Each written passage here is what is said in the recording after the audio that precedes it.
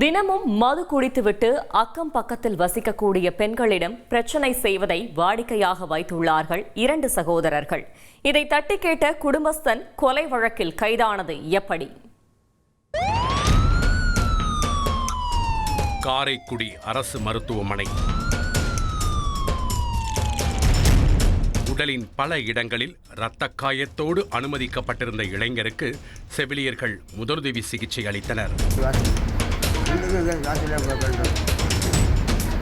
படுக்கையில் அரை மயக்கத்திலிருந்து எழுந்தவர் தன்னுடைய அண்ணனுக்கு என்ன ஆச்சு என விசாரித்திருக்கிறார்.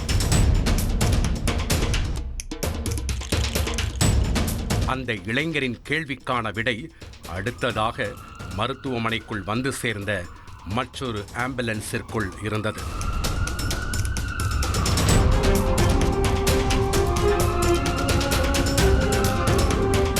ஆம்புலன்ஸிலிருந்து உடலை கீழே இறக்கிய மருத்துவமனை ஊழியர்கள் அதனை நேராக மார்ச்சுவரிக்கு எடுத்துச் சென்றிருக்கிறார்கள்.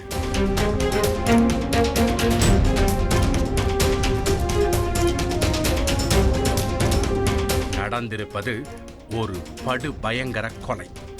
சில மணி நேரத்திற்கு முன்பு வரை மதுபோதையில் மிதந்த சகோதரர்களில் ஒருவரை தற்போது உலகத்தை விட்டே வழி அனுப்பி வைத்துள்ளனர். கொல்லப்பட்டவர் பாண்டி, சிவகங்கை மாவட்டம் காரைக்குடி அருகே உள்ள கள்ளிவயல் கிராமத்தைச் சேர்ந்தவர். இவரும் இவரின் சகோதரர் சுரேஷும் பெயிண்டிங் வேலைக்கு சென்று வந்துள்ளனர். இருவருக்கும் தினமும் லிமிட்டை தாண்டி மது குடிக்கும் பழக்கம் இருந்திருக்கிறது.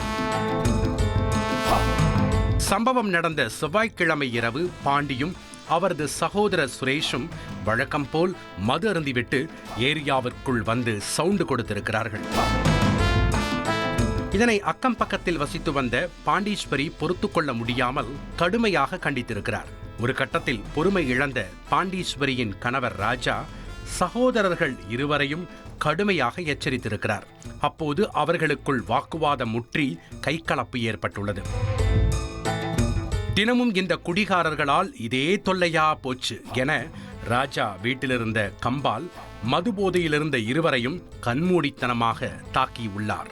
இந்த சண்டையை வேடிக்கை பார்த்த பகுதிவாசிகள் ராஜாவை சமாதானப்படுத்தி உள்ளனர்.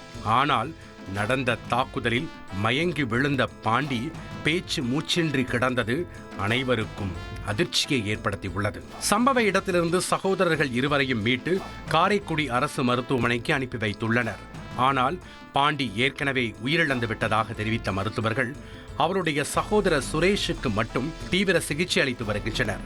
நடந்த சம்பவம் தொடர்பாக கொலை வழக்கு பதிவு செய்த போலீசார் கொலையாளி ராஜாவை கைது செய்து சிறையில் அடைத்துள்ளனர். செய்திகளை உடனுக்குடன் தெரிந்து கொள்ள உடனே சப்ஸ்கிரைப் பண்ணுங்க.